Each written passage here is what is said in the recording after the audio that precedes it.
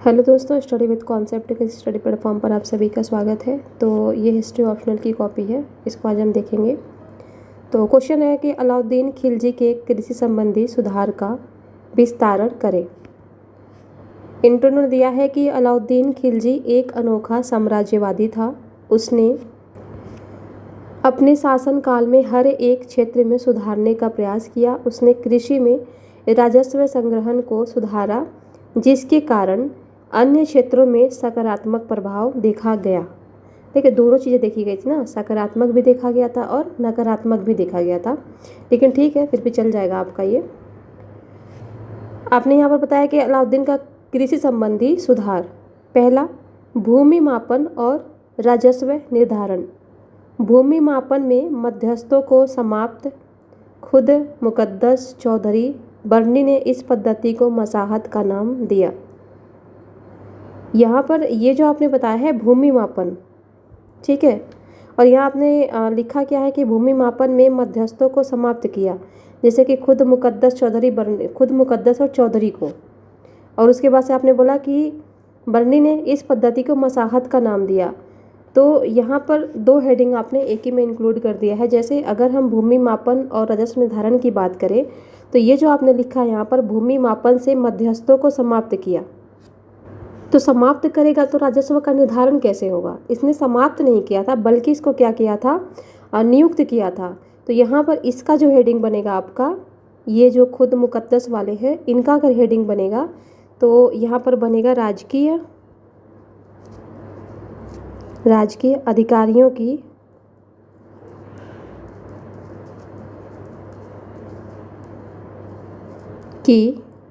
नियुक्ति।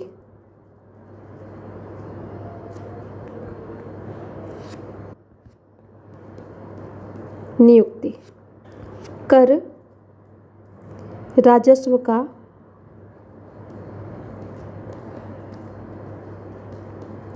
निर्धारण किया। उसके बाद से बता दें, जैसे अब यहाँ से आप इसको बता सकते हैं कि वो अधिकारी कौन कौन से, तो खुद थे, मुकद्दम थे और चौधरी, ठीक है। उसके बाद से आपने ये जो बताया कि पद्धति को मसाहत का नाम, इन्हें इस पद्धति को मसाहत नहीं, इस पद्धति को मसाहत का नाम नहीं, मसाहत तो एक अलग से भूमि माप की इकाई थी। तो अगर यहाँ पर आप लिखें तो यहाँ हो जाएगा हेडिंग आपका वैज्ञानिक तरीके से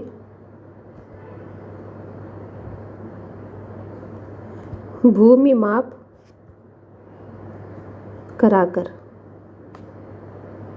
जैसे मसाहत नामक भूमि मापक इकाई से भू राजस्व की राशि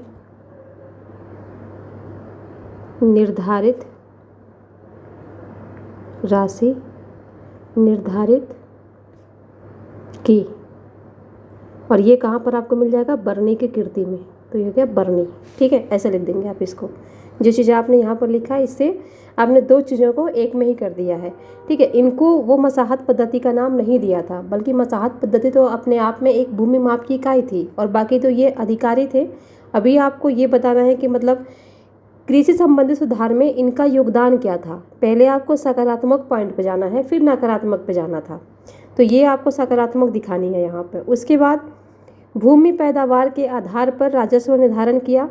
इसका अभी भी हमारे पास कोई साक्ष्य नहीं है, परंतु कुछ धर्मशास्त्रों के अनुसार 1/6, 1/4 निर्धारण था। नहीं है हमारे पास साक्ष्य, और ये बर्नी की कीर्ति में ही है। बर्नी की कीर्ति में साफ कहा गया है कि उसने 1/6 करके लगाता था, बर्नी की कीर्ति में उल्लेखित।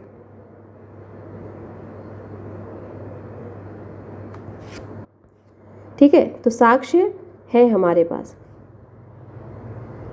नकदी कर की शुरुआत, उपज के बदले नगद करों का भुगतान नकदी में कर लागू किया। इससे बाजार अर्थव्यवस्था को बढ़ावा मिला। सही है। सीधे गोदामों से अपना माल बेचना, सिंचाई में सुधार, अपने शासन काल में सिंचाई के लिए दिल्ली में हौजे अलाई, हौजे शमसी की मरम्मत, यमुना नदी और अन्य स्रोतों से सिंचाई के साक्ष्य, ये भी सही है। आगे है भू राजस्व सुधार, तो गंगा यमुना दोआब क्षेत्र व वक्फ इनाम को भूमि को खालिसा भूमि में तब्दील कर दिया, ये भी सही है। नियंत्रण के लिए सहनाए मंडी नामक अधिकारी नियुक्त किया जिससे केंद्रीय खजाने में बढ़ोतरी हुई। इस पर नियंत्रण के लिए गंगा यमुना दोआब क्षेत्र व वक्फ इनाम को भूमि में खालिसा भूमि में तब्दील कर दिया। इस पर यानी आप कह रहे हैं कि खालिसा भूमि पर इस पर नियंत्रण के लिए सहनाई मंडी, आप थोड़ा सा इससे दिमाग लगाइए कि सहनाई मंडी जो है ना ये बाज़ार के मतलब संदर्भ में यूज किया जाता है।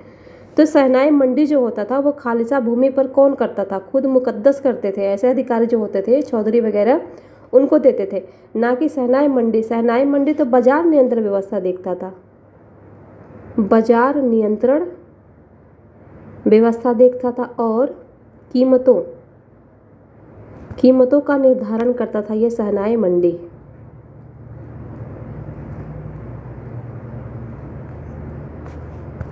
ठीक है, न कि खालिसा भूमि को ये देखता था, इसका काम खालिसा भूमि को देखना नहीं था, ये बाजार पर नियंत्रण करता था, कीमतों को निर्धारण करता था। इससे क्या किया गया, इससे क्या हुआ कि केंद्रीय खजाने में बढ़ोतरी हुई। तो अगर यहाँ पर ये चीज़ लिखते हैं कि बाजार नियंत्रण अधिकारियों मतलब को नियुक्त करके, जैसे कि सहनाई मंडी के द्वारा यहाँ पर केंद्रीय खजाने में बढ़ोतरी किया गया, तो ये चीज़ें आपकी सही होती। इस चीज़ को देखिए खालिसा पर यहाँ पर ऐड इसको मत कीजिए। उसके बाद आपने लिखा है कि अलाउद्दीन खिलजी के कृषि सुधार उस समय तक प्रभावी थे, परंतु सूक्ष्म दृष्टि से कई नीतियों के कारण दबाव भी बढ़ा और उनकी तुलना बढ़ा, ना कि बड़ा, ये बढ़ा होगा, ठीक है। उनकी तुलना शेरशाह सूरी से की जा सकती है। तुलना शेरशाह सूरी से कैसे करेंगे, क्योंकि शेरशाह सूरी तो बाद में आया था ना, पहले तो अलाउद्दीन खिलजी आया था। अगर शेरशाह सूरी पहले आया होता तब जा कर के आप तुलना कर सकते थे। यहाँ तुलना ना करके आप ये बता सकते हैं कि अलाउद्दीन खिलजी ने जो ये कृषि सुधार की पद्धति अपनाई थी, इसने आगे जा कर के शेरशाह सूरी के लिए कृषि संबंधी क्षेत्रों में सुधार के लिए आधार क्या किया था, तैयार कर दिया था। ठीक है, तो ये चीज़ें आपको करनी थी, यहाँ पर तुलना नहीं करनी थी। ये शेरशाह सूरी के लिए अलाउद्दीन खिलजी के नीतियों ने, एक से समझ लीजिएगा, अलाउद्दीन खिलजी की नीतियों ने शेरशाह सूरी व अकबर हेतु कृषि संबंधी क्षेत्र में मार्ग प्रशस्त किया, मार्ग प्रशस्त किया। यहाँ पर आप कंक्लूजन में ये बता सकते हैं।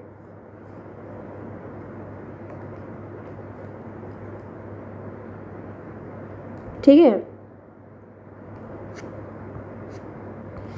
सैन्य ज़रूरतों का, अच्छा नीतियों के कारण, नीतियों ने सैन्य ज़रूरतों को ज़्यादातर पूरा किया। हाँ सही है, लेकिन इसको जब जो चीज़ छूट जाए ना उसको यहाँ से खींच करके एकदम से नीचे मत लाया कीजिए।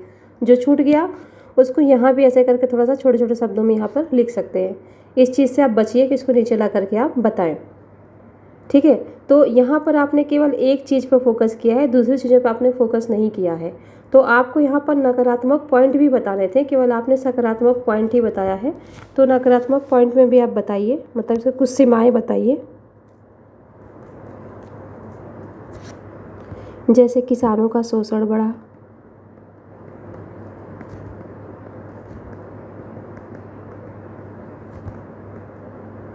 बढ़ा, ठीक है। दूसरा आप बता सकते हैं कि भूमि सुधार के पश्चात भी कृषकों को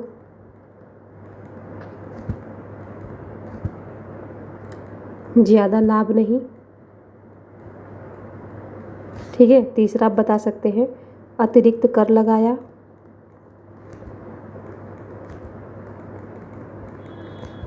जैसे एग्जाम्पल बता दीजिए, जैसे आप बता सकते हैं चराई कर लगाया गया था अलाउद्दीन के द्वारा, चराई। फिर घरी कर लगाया गया था। उसके बाद से आप खराज बता सकते हैं, खराज कर लगाया गया था आदि। ठीक है, तो ये आपको निगेटिव पॉइंट में भी बताने थे, यानी सीमाएं आपको बतानी थी। उसके बाद से आपका ये क्वेश्चन कंप्लीट होता। तो इन चीज़ों को ध्यान दीजिए। पहले यहाँ से क्वेश्चन को तोड़िए, विस्तारण करें, विस्तारण करें, इसको विवरण करें। तो जब भी विवरण पूछे, समालोचनात्मक परीक्षण कीजिए, सिर्फ निरीक्षण कीजिए। तो इन सब चीज़, ये जो चीज़ें जब भी आए, ये शब्दावली जब भी आए, आपको दोनों चीज़ें बतानी है। दूसरा क्वेश्चन, एक चीज़ और, यहाँ पर आपने ये जो मैप बनाया है वो सही है। दूसरी चीज़, आप यहाँ पर अलाउद्दीन खिलजी के साम्राज्य को मैप में बता सकते हैं।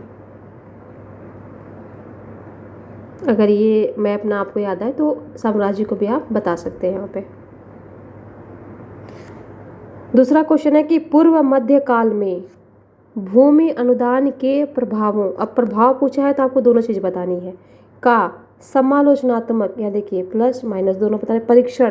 तो देखिए तीनों शब्द एक ही क्वेश्चन में आ गया है, प्रभाव भी, समालोचना भी और परीक्षण भी। तो जब भी ये तीनों शब्द कहीं भी आए, किसी भी क्वेश्चन में, अगर एक शब्द इनमें से कोई आ जाए, तब भी आपको दोनों चीज़ें बतानी है।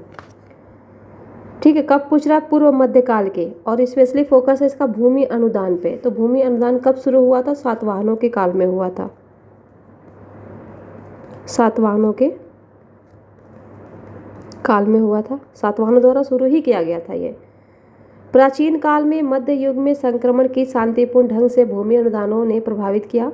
मौर्य साम्राज्य के राज्य नियंत्रित अर्थव्यवस्था को सामंती अर्थव्यवस्था में परिवर्तित किया। सही है, तुलनात्मक आपने चीज़ें बताई हैं यहाँ पर, तो इससे काफ़ी बढ़िया आपका हो जा रहा आंसर। तो सही है ये चीज़ें। भूमि अनुदान के प्रभावों का परीक्षण आपने यहाँ पर बताया है, आपने यहाँ पर पॉजिटिव चीज़ें बताई हैं। शिक्षा और संस्कृति में भूमि अनुदानों से प्राप्त दान से मंदिर, मठ जैसे नालंदा, विक्रमशिला निर्माण, बौद्ध धर्म को बढ़ावा व सामाजिक आर्थिक तौर पर मजबूत। बौद्ध धर्म नहीं, आप सातवाहन जब आए थे ना, उसके बाद से आपको बताना है। तो सातवाहन बाद में आए थे, बौद्ध पहले आए थे, तो ये चीज़ें आपको नहीं बतानी है। ये बौद्ध धर्म के बारे में यहाँ पर बिल्कुल नहीं लाना है आपको। भारत को ज्ञान का मंदिर बनाया और वर्तमान में भारतीयों को पाश्चात्य काल पर गर्व करवाया। वर्तमान, देखिए वर्तमान की चीज़ों को आपको नहीं बताना है। अगर वर्तमान की चीज़ों आपको रिलेट करनी है ना, तो इसको आप निष्कर्ष में अगर डालें, निष्कर्ष में अगर इसको लिखें तो सही है। अगर क्वेश्चन में पूछता कि यहाँ पर जैसे ये दिया है क्वेश्चन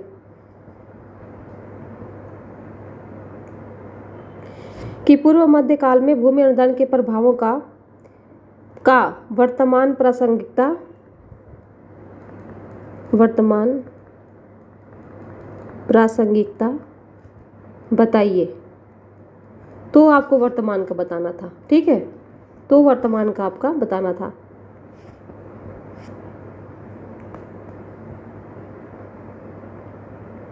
आर्थिक प्रभाव, कृषि विकास, उपदान प्राप्त भूमि को उपजाऊ बनाया, राज्य को आर्थिक तौर पर मजबूत व सामाजिक कल्याण, भोजन वितरण, आपदा में सहायता। तो सही है, बिल्कुल ये आपका सकारात्मक पॉइंट है। राजनीतिक प्रभाव, ब्राह्मणों को अपने प्रति वफादार बनाया, दानकर्ता और प्राप्तकर्ता की वंशावलियों का पता लगा, व आगे चलकर कई इतिहास की गुत्थियों को सुलझाया। वंशावलियों, थोड़ा सा शब्दों पे ध्यान दीजिए, अशुद्धियों पे।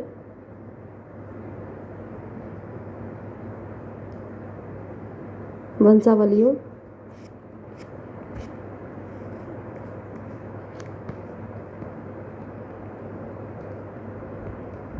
गुत्थियों। ठीक है, तो ये भी सही है। संस्कृति का बता रहे हैं कि कला व वास्तुकला का विकास, खजुराहों का मंदिर, कोणार्क का सूर्य मंदिर, वर्तमान में पर्यटन के लिए आकर्षक व FDI। अब देखिए आपने वर्तमान से जोड़ दिया, जो कि वर्तमान से आपको नहीं जोड़ना और इतना मैप नहीं बताना है आपको। जैसे यहाँ भी आपने मैप बता, चलिए एक तो चल जाएगा, लेकिन आपको हर जगह मैप नहीं दिखानी है। एक दिखा दिया ठीक है, लेकिन इस क्वेश्चन में मैप दिखाने की ज़रूरत नहीं थी। ठीक है, किसी शासक के बारे में अगर पूछता तो वहाँ उसके साम्राज्य का मैप आप बना सकते हैं, ठीक है, ये चल जाएगा, लेकिन हालांकि मैप की ज़रूरत नहीं है इसमें, तो मैप से बचें ऐसे क्वेश्चनों में। लिपि साहित्य का विकास, धार्मिक संस्था, संस्कृत व प्राकृत भाषा का संरक्षण। नकारात्मक प्रभाव आपने बताया कि जाति व्यवस्था का सुदृढ़ीकरण, अधिकांश अनुदान ब्राह्मणों को व ब्राह्मण राजा को देवी रूप दिखाते, ये चीज़ सही है बिल्कुल। कुछ ही लोगों को भूमि देने के कारण सामाजिक असमानता बढ़ी व आज आज़ादी के 76 साल बाद भी इसको सुलझाया नहीं जा सका। देखिए ये जो चीज़ें हैं ना, नहीं जोड़नी है आपको वर्तमान में। सामाजिक असमानता बढ़ी, यहाँ तक आपका सही था। कृषक शोषण बढ़ा, अनुदान प्राप्त करने वाले कृषक और श्रमिकों का शोषण बढ़ा, ये भी सही है, क्योंकि मंदिर और ब्राह्मण कई बार कठोर नियम लगाते। आगे चलकर ब्रिटिश नीतियों ने इसको और प्रबल बना दिया। वर्तमान में, फिर आपने वर्तमान से जोड़ दिया। वर्तमान का प्रासंगिकता नहीं पूछा है क्वेश्चन में, तो वर्तमान से आपको नहीं जोड़ना है। ये निष्कर्ष है आपका कि भूमि अनुदान प्रथा का प्रभाव दुधारी तलवार की तरह था। इसने एक ओर सांस्कृतिक और धार्मिक समुद्री को बढ़ावा दिया, दूसरी तरफ सामाजिक असमानता सामंतीकरण को जन्म दिया। अगर गौर करें तो देखा जाए तो राजा यहाँ असमानता को नहीं, बल्कि राज्य की स्थिति मजबूत व अपने प्रति जनता की वफादार रखना चाहता था। ये एक चीज़ तो सही है, लेकिन थोड़ा सा ना इसको जैसे ऐसे इसमें कोट कर देंगे कि इसने समाज में, तत्कालीन समाज में सामंती व्यवस्था को बढ़ावा दिया, क्षेत्रीकरण को जन्म दिया, जिससे सामाजिक असंतुलन की व्यवस्था उत्पन्न हुई, जिससे गुप्तकालीन साम्राज्य के पतन का मार्ग प्रशस्त हुआ। तो और बेस्ट था, हालांकि ठीक है, लेकिन थोड़ा सा और अच्छे से कीजिए इसको, और दोनों चीज़ों में आपको ध्यान देना है। तो इसमें कुछ चीज़ें और ऐड कर सकते थे आप,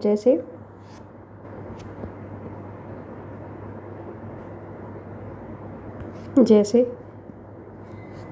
शासकों की स्थिति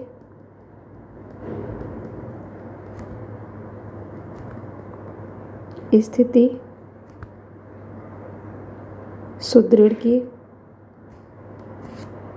फिर व्यापार में वृद्धि हुई इससे, भूमि अनुदान से। दूसरी चीज़ें आप यहाँ पर दिखा सकते थे, व्यापारिक केंद्रों का विकास हुआ, क्योंकि जहाँ पर भी मंदिर वगैरह बनते थे ना, वहाँ पर आज भी देखते होंगे जहाँ पर मंदिर होते हैं वहाँ पर लोग छोटा छोटा दुकान अपना लगा करके बैठ जाते हैं। धीरे धीरे करके वो बहुत बड़ा एक हब बन जाता है, जैसे कि खाने वाने की बहुत बड़े बड़े रेस्टोरेंट खुल जाते हैं इस तरीके से। तो ये व्यापारिक केंद्रों का विकास, इसको भी आप बता सकते हैं। ठीक है, तो आज के लिए इतना ही, बाकी हम देखेंगे अगले क्वेश्चन को अगले वीडियो में। तो आप सभी को हमारे साथ बने रहने के लिए बहुत बहुत धन्यवाद।